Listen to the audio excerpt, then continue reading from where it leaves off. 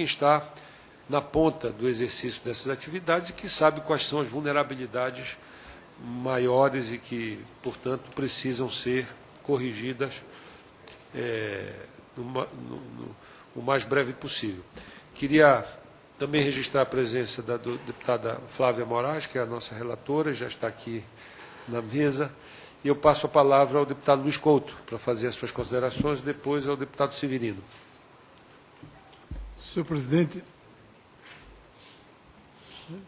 procuradora doutora Ela, deputada Flávia Moraes, nós temos muitas informações, são repetidas, às vezes, das CPIs que foram realizadas tratando da questão do trabalho escravo. O problema é que as providências nem sempre são tomadas depois que os relatórios são encaminhados.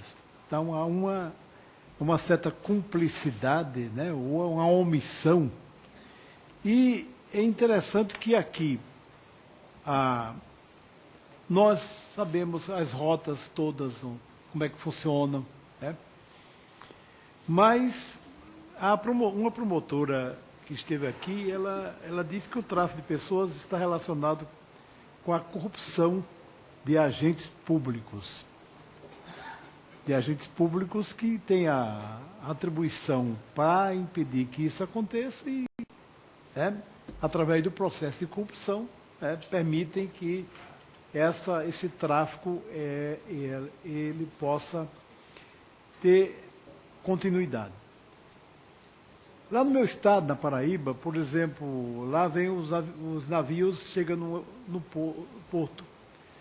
E aí, normalmente, aquelas pessoas que vêm saem de lá com um documento oficial de adolescentes que, através de uma ação de um cartório, fez com que elas se transformassem em pessoas adultas, depois de 18 anos, e que elas saíram com passaporte legal e tudo mais, casadas com essas pessoas. Quando chegavam na Europa, essas pessoas eram transformadas o passaporte era tomado, o casamento deixava de existir e elas eram colocadas para, ou serem dançarinas, no caso, para serem prostitutas, enfim, e eram enviadas para diversos países da Europa, entre elas Alemanha, Holanda, Suíça, Portugal,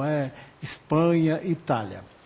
Ou seja, como enfrentar essa questão do tráfico a partir da ação ou da omissão dos agentes públicos? Esse é um elemento importante que nós temos que trabalhar. A segunda coisa que a senhora coloca, doutora Ela, é de que, de fato, nós temos que identificar aquilo que é crime sexual, quer dizer, e tal, e outros crimes que acontecem. Por exemplo, nós tivemos aqui uma CPI do tráfico de órgãos, que as pessoas eram levadas lá, eram submetidas a uma cirurgia, tiravam o rim, depois ela era devolvida para cá. Não deixa de ser também um tipo de trabalho escravo. A OIT coloca para as crianças e adolescentes as piores formas de trabalho infantil, que internamente a gente pode se considerar como tráfico também de seres humanos, porque estão obrigadas a fazer uma atividade que que é proibido pela própria legislação. Quando a gente fala do tráfico de seres humanos, a gente olha sempre o tráfico externo daqui, mas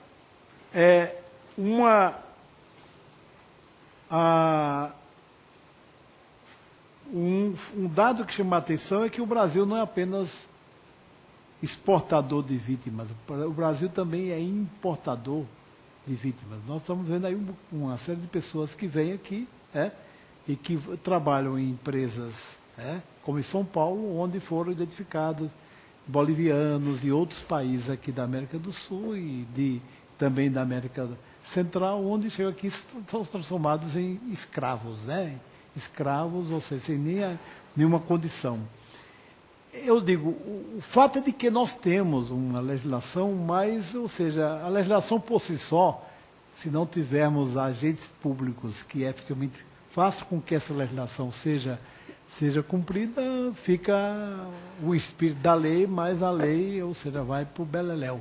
Então, nesse aspecto, como trabalhar essa questão daqueles que efetivamente são agentes públicos e que estão relacionados a esta questão, porque nós sabemos aqui, todo mundo sabe das rotas que tem para o Suriname, para a Guiana Francesa, para as Guianas, para outros países da América do Sul, que até gente que na CPMI de exploração sexual tinham pessoas que levavam as adolescentes para Costa Rica, que era considerado o símbolo ali, não tem milícia nem polícia, mas de lá essas pessoas eram levadas para o Canadá, para os Estados Unidos, para o México e para os países da Europa.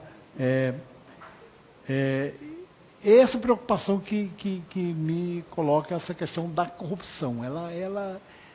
Ou seja, embora nós tenhamos uma lei que trabalha essa questão, mas pegar corrupto é a coisa mais difícil que tem, porque normalmente tem os apadrinhados, tem os suportes que tem, ou seja, a lavagem de dinheiro também entra nessa questão do tráfico, ou seja, pessoas são levadas, por exemplo, na Espanha, são levadas para prostituição, mas quando as prostitutas não servem mais, elas são jogadas para serem aviões do tráfico, para serem traficantes. E quando não, ou seja, há casos, inclusive, nas CPIs, onde algumas delas foram assassinadas para o aproveitamento daquele que levou, para não dizer agora você morre, mas pelo menos os órgãos que você vai deixar para que a gente possa vender para outros.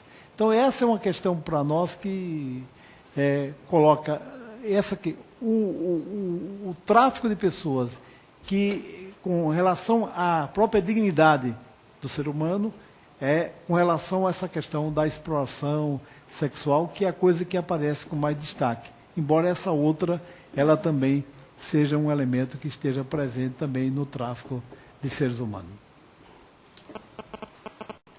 Bem, nós vamos ouvir o deputado Severino. Cumprimentando o presidente Arnaldo Jordi e a relatora Flávia Moraes. Quero cumprimentar a doutora Ela Volkmer, é isso mesmo? Agradecer a sua presença e a sua contribuição com as suas colocações. Estava vendo aqui no relatório, numa subsídio